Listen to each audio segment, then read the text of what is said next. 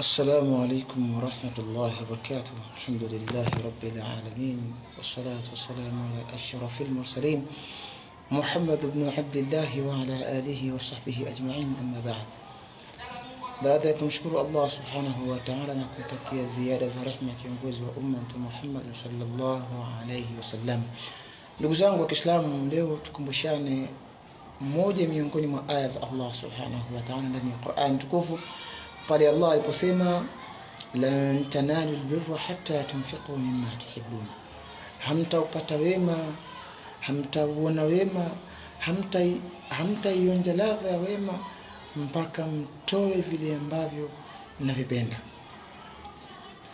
Aya hii inakwenda sambamba na hadithi ya Bwana Mtume Muhammad sallallahu alayhi wasallam aliposema inna Allaha ikhtara lakum al-islam dina, kika Allah subhanahu wa ta'ala amewachagulia nyinyi Waislamu kuwa huu Uislamu ndio dini.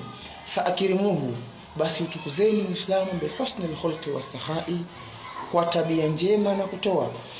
Jambo la mwanzo kwanza ni tabia njema, na tabia njema ndiyo ambayo Mtume Muhammad sallallahu alayhi wasallama watu wa Makka walimtambua kwa tabia njema mpaka ikafika hatua kumta as-sadiqul amin. Na ndiyo maana Allah subhanahu wa ta'ala akamsifu ndani ya Qur'an akisema wa innaka la ala khuluqin adhim, Muhammad uko juu ya tabia iliyokuwa njema.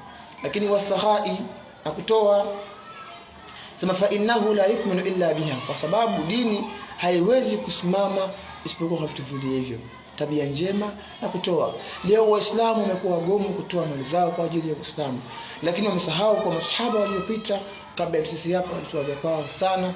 Ndio maana leo Uislamu ukafika sisi leo huko baidha unaqiyun, Uislamu msafi la khabara alai, Uislamu ambao unavuma. Ndugu zangu wa Uislamu, tukitaka Uislamu uende mbele tunapaswa kutoa vitu kwa ajili ya Uislamu.